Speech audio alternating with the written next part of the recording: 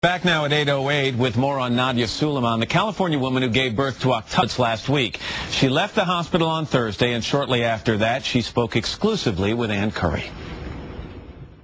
So the world outside is saying, what are you doing? I'm providing myself to my children.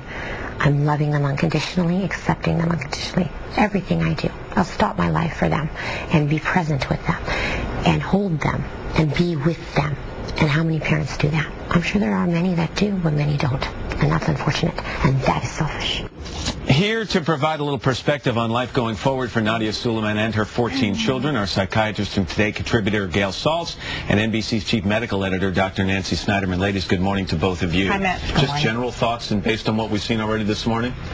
I think she's in a bit of denial here and quite defensive because, in fact, she does talk about the fact that this has been her life's mission, to have babies, have babies, have babies. There's an obsessionalness to this, and I think it's very disturbing. She says in the interview, ladies, she says that she was trying to make a connection that she lacked in childhood. She talks about these connections that weren't there for her.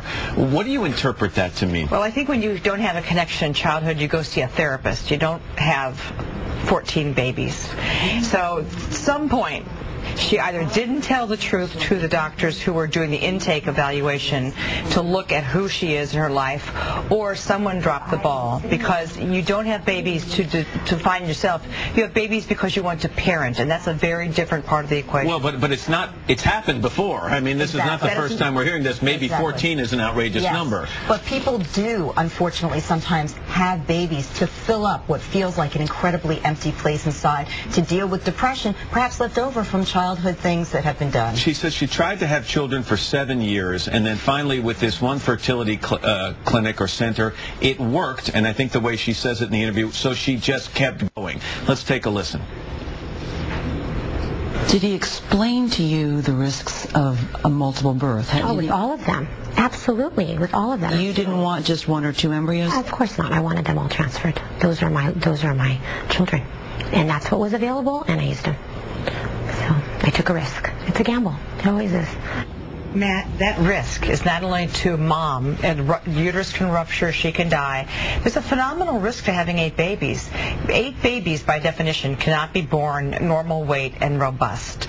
So it's not about live births. It's about having healthy babies, and those two are not synonymous. Yeah, you put it to me in a more practical and maybe bare bones way last week. You said it's like getting a 1-bedroom condo and putting 8 children in it. Yeah, exactly. It doesn't usually work out all that well. Right. What are the resources that this woman is going to need moving forward to adequately raise, not only financially, but emotionally, these children? I think emotionally is a huge issue, because undoubtedly these 8 children are going to have issues. At the minimum, the issue of neglect. Now, obviously, she's saying she's going to love them, but there are 14 children, and there are 1 of her. So there's going to be an absence of some emotional needs, and there'll probably be developmental delays at best in these children, maybe learning disabilities. There are going to be major issues that they're going to need various therapies for, and they're going to need someone to schlep them to the various therapies and someone to participate in all that in a meaningful way for them. I know this week milestone, Nancy, was very important for these octuplets. That's a hurdle that has not been overcome before. Right. What do the next couple of months look like? Oh, they're going to watch these kids very carefully for eating problems growing, and then seizures, jaundice, heart problems, lung problems, blindness, developmental delays, and there's a laundry list of things long term, because some of these children will be physically or mentally challenged. There's a looming price tag out here that I think she hasn't quite seen yet, especially if she's going back to college. The hospital bill alone will run $1.5 million to $3 million, and long-term care, forget about getting to college, just to get through special needs stuff.